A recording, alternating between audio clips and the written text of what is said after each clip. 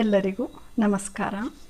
ಸುಮಾರು ಸಲ ನಮ್ಮಲ್ಲಿ ಒಂದು ಪ್ರಶ್ನೆ ಏನಾಗುತ್ತಾ ಉದ್ಭವ ಆಗುತ್ತಾ, ಹೌದಾ? ಏನಂತ ಹೇಳಿದ್ರೆ, ಈಗ ಕೆಲವರು ಯಾವುದೇ ಪೂಜೆ ಪುನಸ್ಕಾರ ಮಾಡಲ್ಲ, ದೇವಸ್ಥಾನಗಳಿಗೆ ಹೋಗಲ್ಲ, ಧಾರ್ಮಿಕ ಕಾರ್ಯಗಳನ್ನು ಮಾಡೋದಿಲ್ಲ, ಏನೂ ಇಲ್ಲ. ಆದರೆ ಅವ್ರ ಲೈಫಲ್ಲಿ ತುಂಬ ಚೆನ್ನಾಗಿ ಬಿಂದಾಸಾಗಿ ಖುಷಿಯಿಂದ ನೆಮ್ಮದಿಯಿಂದ ಇರ್ತಾರೆ ಅಲ್ವಾ? ಅದಕ್ಕೆ ವಿರೋಧವಾಗಿ ಇನ್ನೂ ಕೆಲವರು ಎಷ್ಟೊಂದು ಪೂಜೆ ಪುನಸ್ಕಾರ ಮಾಡ್ತಾರೆ, ಜಪ ತಪಗಳನ್ನು ಮಾಡ್ತಾರೆ, ದಾನ ಧರ್ಮಗಳನ್ನು ಮಾಡ್ತಾರೆ, ಮತ್ತು ಪ್ರತಿದಿನ ದೇವಸ್ಥಾನಗಳಿಗೆ ಅವರು ಭೇಟಿ ಕೊಡ್ತಾ ಇರ್ತಾರೆ.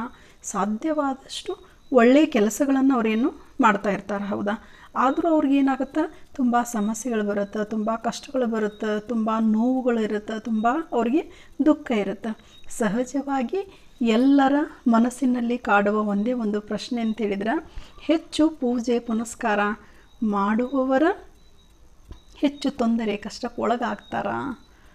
ನೋಡು, ಅವ್ರು ಏನು ಮಾಡಲ್ಲ, ಆದರೂ ಎಷ್ಟು ಖುಷಿಯಿಂದ ಇದ್ದಾರಾ, ಎಷ್ಟು ನೆಮ್ಮದಿಯಿಂದ ಇದ್ದಾರಾ ಅಂತ ನಾವು ಸುಮಾರು ಸಲ ಅಂದ್ಕೋತೀವಿ ಅಲ್ವಾ? ಇದಕ್ಕೆ ಸರಿಯಾದ ಉತ್ತರವನ್ನು ನಾವೇನು ಮಾಡೋಣ, ಇವತ್ತಿನ ಒಂದು ಕಥೆಯಲ್ಲಿ ತಿಳಿದುಕೊಳ್ಳೋಣ, ಸರಿನಾ? ಇದೇ ಥರ ಏನಾಯಿತು ಅಂತೇಳಿದರೆ, ಒಂದು ಸಲ ಶ್ರೀಕೃಷ್ಣ ಪರಮಾತ್ಮನಿಗೆ ಅರ್ಜುನನು ಇದೇ ಪ್ರಶ್ನೆಯನ್ನು ಕೇಳ್ತಾನೆ. ಏನು ಅಂತ ಹೇಳಿದ್ರೆ, ಎಷ್ಟೋ ಜನ ಒಳ್ಳೆಯ ಕೆಲಸ, ಧಾರ್ಮಿಕ ಕೆಲಸಗಳನ್ನು, ಪುಣ್ಯ ಕೆಲಸಗಳನ್ನು ಮಾಡಿನೂ ಅವ್ರು ಏನು ಮಾಡ್ತಾ ಇದ್ದಾರೆ, ಈಗ ಈ ಜನ್ಮದಲ್ಲಿ ದುಃಖ ಅನುಭವಿಸ್ತಾ ಇದ್ದಾರೆ, ಹೌದಾ? ಇನ್ನೂ ಕೆಲವರು ಎಷ್ಟೋ ಕೆಟ್ಟ ಚಟುವಟಿಕೆಗಳಲ್ಲಿ ತೊಡಗಿನೂ ಅಧರ್ಮ ಅನೈತಿಕ ದಾರಿಯಲ್ಲಿ ನಡೆದರೂ ಸಹಿತ ಅವರು ತುಂಬ ಒಳ್ಳೆಯ ಜೀವನವನ್ನು ನಡೆಸ್ತಾ ಇದ್ದಾರೆ. ಇದಕ್ಕೆ ಕಾರಣ ಏನು, ಇದರ ರಹಸ್ಯ ಏನು ಅಂಥೇಳಿ ಅರ್ಜುನನು ಶ್ರೀಕೃಷ್ಣ ಪರಮಾತ್ಮನಿಗೆ ಕೇಳಿದಾಗ, ಶ್ರೀಕೃಷ್ಣ ಪರಮಾತ್ಮರು ಭಗವದ್ಗೀತೆಯಲ್ಲಿ ಒಂದು ಉತ್ತರ ಏನಿದೆ, ಸಮರ್ಪಕವಾದ ಉತ್ತರವನ್ನು ಅರ್ಜುನನಿಗೆ ಕೊಡ್ತಾರೆ, ಹೌದಾ? ಏನು ಉತ್ತರ ಅಂತ ಹೇಳಿದ್ರೆ, ಈಗ ಅರ್ಜುನನಿಗೆ ಏನು ಉತ್ತರ ಅಂತ ಹೇಳಿದ್ರೆ, ಈಗ ಅವ್ರು ಏನು ಈಗ ಈ ಜನ್ಮದಲ್ಲಿ ಅವರು ಪುಣ್ಯ ಕೆಲಸ ಮಾಡಿದರೂ ಸಹಿತ, ದೇವಸ್ಥಾನಗಳಿಗೆ ಭೇಟಿ ಹೋದರೂ ಸಹಿತ, ಆದ್ರೆ ಅವರ ಹಿಂದಿನ ಜನ್ಮದ ಏನು ಕರ್ಮ ಇರುತ್ತಲ್ಲ, ಪ್ರಾರಬ್ಧ ಕರ್ಮ, ಅದಕ್ಕೆ ಅವ್ರು ಏನು ಮಾಡ್ತಾ ಇರ್ತಾರೆ, ಈ ಜನ್ಮದಲ್ಲಿ ಕೆಲವು ಕಷ್ಟಗಳನ್ನು, ನೋವುಗಳನ್ನು, ದೊಡ್ಡ ಪ್ರಮಾಣದಾಗ ಬರುವಂತಹದ್ದು ಚಿಕ್ಕ ಪ್ರಮಾಣದಲ್ಲಿ ಅವ್ರಿಗೇನಾಗುತ್ತೆ, ಬಂದು ಹೋಗ್ತಾ ಇರುತ್ತೆ, ಹೌದಾ? ಅದೇ ಇವಾಗೇನು ಅವರು ದೈವಿಕ ಚಟುವಟಿಕೆಗಳಲ್ಲಿ ತೊಡಗದೇ ಇದ್ದರೂ ಸಹಿತ ಸುಖವಾಗಿರ್ತಾರಲ್ಲ, ಅವ್ರದ್ದು ಹಿಂದಿನ ಜನ್ಮದ್ದು ಪುಣ್ಯ ಏನಿರುತ್ತೆ ಅವರಿಗೆ ಸಹಾಯ ಮಾಡ್ತಾ ಇರುತ್ತೆ, ಅವ್ರಿಗೆ ಕೈ ಹಿಡಿತಾ ಇರುತ್ತೆ, ಹೌದಾ? ಇದನ್ನು ಒಂದು ಚಿಕ್ಕ ಉದಾಹರಣೆ, ಚಿಕ್ಕ ಕಥೆಯ ಮೂಲಕ ನಾವೇನು ಮಾಡೋಣ, ಹೇಗೆ ತಿಳ್ಕೊಳ್ಳೋಣ. ಏನಂತೇಳಿದ್ರೆ, ಒಬ್ಬರು ಋಷಿಗಳಿರ್ತಾರೆ. ಆ ಋಷಿಗಳ ಬಳಿ ಇಬ್ಬರು ಶಿಷ್ಯಂದಿರು ಇರ್ತಾರೆ. ಆ ಶಿಷ್ಯರಿಗೆ ಈ ಗುರುಗಳು, ಋಷಿಗಳು ಏನು ಮಾಡ್ತಾರೆ, ಒಳ್ಳೆಯ ವೇದಾಭ್ಯಾಸ ಎಲ್ಲ ಏನು ಶಾಸ್ತ್ರೋಕ್ತವಾಗಿ ಏನೇನು ಅವ್ರಿಗೆ ಕಲಿಸ್ಕೊಡ್ಬೇಕಿತ್ತು, ವೈದಿಕ ಪ್ರತಿಯೊಂದನ್ನು ಕಲಿಸ್ಕೊಡ್ತಾರೆ. ಒಂದು ವೇಳೆ ನ್ಯಾಯ ಮಾರ್ಗದಲ್ಲಿ ನಡಿಬೇಕಂತೆಲ್ಲ ಹೇಳ್ಕೊಡ್ತಾರೆ. ಅವ್ರಂಗೆ ಹೇಳ್ಕೊಟ್ರೂ ಸಹಿತ ಆ ಇಬ್ಬರಲ್ಲಿ ಒಬ್ಬನು ಏನು ಮಾಡ್ತಾನೆ, ಗುರುಗಳು ಹೇಳಿದ ಹಾಗೆ ಪುಣ್ಯ ಕರ್ಮಗಳನ್ನೇ ಮಾಡಿ ಆಸ್ತಿಕನಾಗಿ ತನ್ನ ಜೀವನದಲ್ಲಿ ಅವನು ಮುಂದುವರಿತಾ ಇರ್ತಾನೆ. ಪುಣ್ಯ ಕೆಲಸ ಮಾಡ್ತಾ ಇದ್ದರೂ ಸಹಿತ ಅವನ ಜೀವನದಲ್ಲಿ ಯಾವುದೇ ನೆಮ್ಮದಿ, ಸುಖ, ಶಾಂತಿ ಇರೋದಿಲ್ಲ. ಪ್ರತಿ ಸಲ ಅವನು ಕಷ್ಟಗಳನ್ನು ಅನುಭವಿಸ್ತಾ ಇರ್ತಾನೆ. ಅವನ ಸ್ನೇಹಿತ ಇನ್ನೊಬ್ಬನು, ಅವನು ಗುರುಗಳು ಹೇಳಿದ ಥರ ನ್ಯಾಯ ಮಾರ್ಗದಲ್ಲಿ ಇರೋದಿಲ್ಲ, ಎಲ್ಲ ದುಶ್ಚಟಗಳನ್ನು ಅವನು ಮಾಡ್ತಾ ಇರ್ತಾನೆ. ಆದರೂ ಸಹಿತ ಅವನು ತುಂಬ ಖುಷಿಯಿಂದ, ನೆಮ್ಮದಿಯಿಂದ, ಲಕ್ಸರಿ ಲೈಫ್ ಅಂತವೆಲ್ಲ ಆ ಥರ ಒಂದು ಒಳ್ಳೆ ಜೀವನವನ್ನು ಅವನು ಕಳೀತಾ ಇರ್ತಾನೆ, ಹೌದಾ?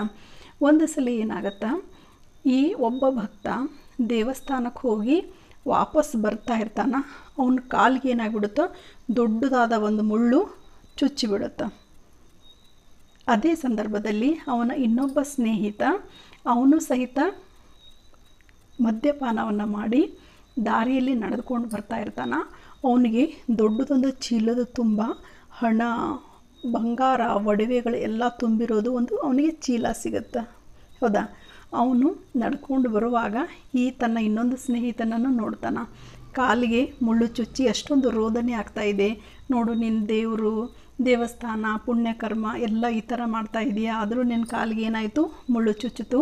ನಾನು ಹೀಗಿದ್ದರೂ ಸಹಿತ ನನಗೆ ಭಗವಂತ ಏನು ಮಾಡಿದಾನೆ, ಇವತ್ತು ದೊಡ್ಡ ಹಣದ ಒಂದು ಚೀಲವನ್ನು ಕೊಟ್ಟಿದ್ದಾನ ಅಂತ ಆ ಸ್ನೇಹಿತ ಹೇಳಿದಾಗ, ನಿಜವಾಗ್ಲೂ ಧರ್ಮ ಮಾರ್ಗದಲ್ಲಿ ಇರೋನಿಗೆ ಏನಾಗುತ್ತೆ, ಮನಸ್ಸಿಗೆ ತುಂಬ ಕಷ್ಟ ಆಗುತ್ತೆ, ನೋವಾಗುತ್ತೆ. ಅವನು ಸೀದಾ ಮನೆಗೆ ಹೋಗೋದಿಲ್ಲ, ತಮ್ಮ ಗುರುಗಳ ಹತ್ರ ಹೋಗ್ತಾನೆ. ಗುರುಗಳ ಹತ್ರ ಹೋಗಿಬಿಟ್ಟು ತನ್ನ ಮನಸ್ಸಿನಲ್ಲಿರೋ ಪ್ರಶ್ನೆಗೆ ಉತ್ತರ ಪಡ್ಕೊಳ್ಳೋದಕ್ಕೆ ಏನು ಮಾಡ್ತಾನೆ, ಪ್ರಯತ್ನ ಮಾಡ್ತಾನೆ. ಗುರುಗಳ ಹತ್ರ ಬಂದು ಸೇಮ್ ಇದೇ ಪ್ರಶ್ನೆಯನ್ನು ಕೇಳ್ದ. ಆವಾಗ ಗುರುಗಳು ಏನು ಮಾಡಿದ್ರು, ಅವನಿಗೆ ತಿಳಿಸಿ ಹೇಳಿದರು. ಏನಂತ ಹೇಳಿದ್ರೆ, ಈಗ ನೋಡು, ನೀನು ಈ ಜನ್ಮದಲ್ಲಿ ಪುಣ್ಯ ಕೆಲಸಗಳನ್ನು ಮಾಡ್ತಾ ಇದ್ದೀಯಾ, ಪೂಜೆ ಪುನಸ್ಕಾರ ಮಾಡ್ತಾ ಇದೀಯಾ, ದೇವಸ್ಥಾನಕ್ಕೆ ಹೋಗ್ತಾ ಇದೀಯಾ, ಹೌದಾ? ಇದು ಎಲ್ಲ ಮಾಡಿದರೂ ಸಹಿತ ನಿನ್ನ ಹಿಂದಿನ ಜನ್ಮದ ಪ್ರಾರಬ್ಧ ಕರ್ಮದ ಫಲವಾಗಿ ನೀನಿವಾಗ ಕಷ್ಟ, ನೋವು, ಸಮಸ್ಯೆ, ಸಂಕಟವನ್ನು ಅನುಭವಿಸ್ತಾ ಇದೀಯಾ, ಹೌದಾ? ನಿನ್ನ ಹಿಂದಿನ ಒಂದು ಕರ್ಮದ ಪಾಪದ ಫಲವಾಗಿ ಇವತ್ತು ನೀನು ಪೂರಾ ಒಂದು ಕಾಲನ್ನು ಏನು ಮಾಡಬೇಕಿತ್ತು, ಕಳ್ಕೋಬೇಕಿತ್ತು, ಅಂಥ ಪರಿಸ್ಥಿತಿ ಇತ್ತು. ಆದರೂ ಈ ಜನ್ಮದ ಒಂದು ಪುಣ್ಯದ ಕೆಲಸದ ಫಲವಾಗಿ ಕಾಲು ಹೋಗೋ ಬದಲಿ ನಿಂಗೆ ಏನಾಗೈತಿ, ಜಸ್ಟ್ ಒಂದು ಸಣ್ಣ ಮುಳ್ಳು ನಟ್ಟಿದೆ, ಹೌದಾ? ಅದೇ ಪ್ರಕಾರ ನಿನ್ನ ಸ್ನೇಹಿತನ ನೋಡು, ಅವನು ಹಿಂದಿನ ಜನ್ಮದಲ್ಲಿ ಒಬ್ಬ ಒಳ್ಳೆ ವಿದ್ವಾಂಸ ಆಗಿದ್ದ, ಹೌದಾ? ಒಳ್ಳೆ ಪುಣ್ಯ ಕೆಲಸಗಳನ್ನು ಮಾಡಿದ್ದ. ಆ ಪುಣ್ಯದ ಫಲ ಅವನ್ನೇನು ಮಾಡ್ತಾಯಿದೆ, ಕಾಪಾಡ್ತಾ ಇದೆ. ಆದರೂ ಸಹಿತ ಇವತ್ತಿನ ಅವನದು ದಿನ ಏನಿತ್ತು ಅಂತ ಹೇಳಿದ್ರೆ, ಕೋಟಿಗಂಟ್ಲೆ 10 ಕೋಟಿಗಂಟ್ಲೆ ದುಡ್ಡು ಸಿಗೋ ಒಂದು ಅವನದು ಯೋಗ ಇತ್ತು. ಆದರೂ ಸಹಿತ ಅವನು ಮಾಡಿದ ಪಾಪಗಳ ಫಲವಾಗಿ ಅವನಿಗೆ 10 ಕೋಟಿ ಸಿಗೋ ಬದಲಿ ಬರೀ 1 ಚೀಲ ಏನಾಗಿದೆ, ಹಣ ಸಿಕ್ಕಿದೆ, ಹೌದಾ? ಇವಾಗ ನಾನು ಹೇಳಿದ್ದು ನಿನಗೆ ಸರಿಯಾಗಿ ಅರ್ಥ ಆಗಿರಬೇಕು. ನಮ್ಮ ಈ ಜನ್ಮದ ಸಮಸ್ಯೆಗಳಿಗೆ, ಹೌದಾ, ನಾವು ಪೂಜೆ ಪುನಸ್ಕಾರ ಎಲ್ಲ ಮಾಡಿದರೂ ಸಹಿತ ನಾವು ಕಷ್ಟ ಅನುಭವಿಸ್ತಾ ಇದ್ದೀವಿ ಅಂದರೆ ಅದು ಈ ಜನ್ಮದಲ್ಲ, ಹಿಂದಿನ ಜನ್ಮದ ಪ್ರಾರಬ್ಧ ಕರ್ಮ. ಹಾಗೆ ಅಂಥೇಳಿ ನಾವು ಈಗ ಮಾಡ್ತಾ ಇರೋದನ್ನು ಸಹಿತ ಏನು ಮಾಡಬಾರ್ದು, ನಿಲ್ಲಿಸಬಾರ್ದು. ಒಂದಲ್ಲ ಒಂದಿನ ಅದು ಪ್ರತಿಫಲ ನಮಗೆ ಸಿಗುತ್ತೆ. ಯಾವುದೇ ಪ್ರಶ್ನೆನ ಮನಸ್ಸಿನಲ್ಲಿ ಇಟ್ಕೊಳ್ಳೋದ, ದೇವರನ್ನ ನಂಬಿ ಒಂದು ಧರ್ಮದ ಹಾದಿಯಲ್ಲಿನ ಒಳ್ಳೆಯ ಸನ್ಮಾರ್ಗದಲ್ಲಿನ ಪುಣ್ಯ ಕೆಲಸಗಳನ್ನು ನಾವು ಮಾಡ್ತಾನೆ ಹೋದ್ರೆ ಒಂದಲ್ಲ ಒಂದು ದಿನ ನಮಗೆ ದೇವ್ರು ಏನು ಮಾಡ್ತಾನೆ, ಕೈ ಹಿಡಿತಾನೆ. ಅಥವಾ ಪಾಪಕರ್ಮಗಳು ಕಳೆದ ಮೇಲಾದರೂ ನಮಗೇನಾಗುತ್ತೆ, ಪುಣ್ಯ ಸಿಗುತ್ತೆ. ಯಾವುದೇ ಕಾರಣಕ್ಕೂ ದೇವರನ್ನ ಬೈಕೊಳ್ಳೋ ಬದಲಿ, ನಮ್ಮ ಹಣೆ ಬರವನ್ನು ಬೈಕೊಳ್ಳೋ ಬದಲಿ, ವರ್ತಮಾನದಲ್ಲಿ ನಮ್ಮ ಕೆಲಸಗಳು ಚೆನ್ನಾಗಿತ್ತು ಅಂತ ಹೇಳಿದ್ರೆ ಭವಿಷ್ಯದಲ್ಲಿ ಅದು ಉತ್ತಮ ಫಲವನ್ನು ಕೊಟ್ಟೇ ಕೊಡುತ್ತೆ, ಖಂಡಿತವಾಗಲೂ ಕೊಡುತ್ತೆ ಅನ್ನೋದನ್ನು ನಾವಿಲ್ಲಿ ಶ್ರೀಕೃಷ್ಣ ಮತ್ತು ಅರ್ಜುನ ಅವರ ಸಂವಾದದಲ್ಲಿನೂ ಮತ್ತು ಇದೊಂದು ಚಿಕ್ಕ ಕಥೆಯ ಮೂಲಕ ನಾವೇನು ಮಾಡಿದ್ವಿ, ತಿಳ್ಕೊಂಡ್ವಿ. ಎಷ್ಟೊಂದು ನಿಜ ಅಲ್ಲ? ನೀವು ನಿಮ್ಮ ಜೀವನದಲ್ಲಿ ಎಷ್ಟೋ ಸಲ ಈ ಪ್ರಶ್ನೆಯನ್ನು ನೀವು ಕೇಳ್ಕೊಂಡಿರ್ಬೋದು.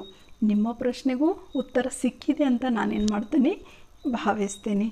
ಇದೇ ಥರ ಮತ್ತೆ ಹೊಸ ಕಥೆಗಳ ಜೊತೆಗೆ ನಾನು ನಿಮ್ಮನ್ನು ಮುಂದಿನ ವಿಡಿಯೋದಲ್ಲಿ ಭೇಟಿಯಾಗ್ತೀನಿ. ಅಲ್ಲಿಯವರೆಗೂ ಧನ್ಯವಾದಗಳು.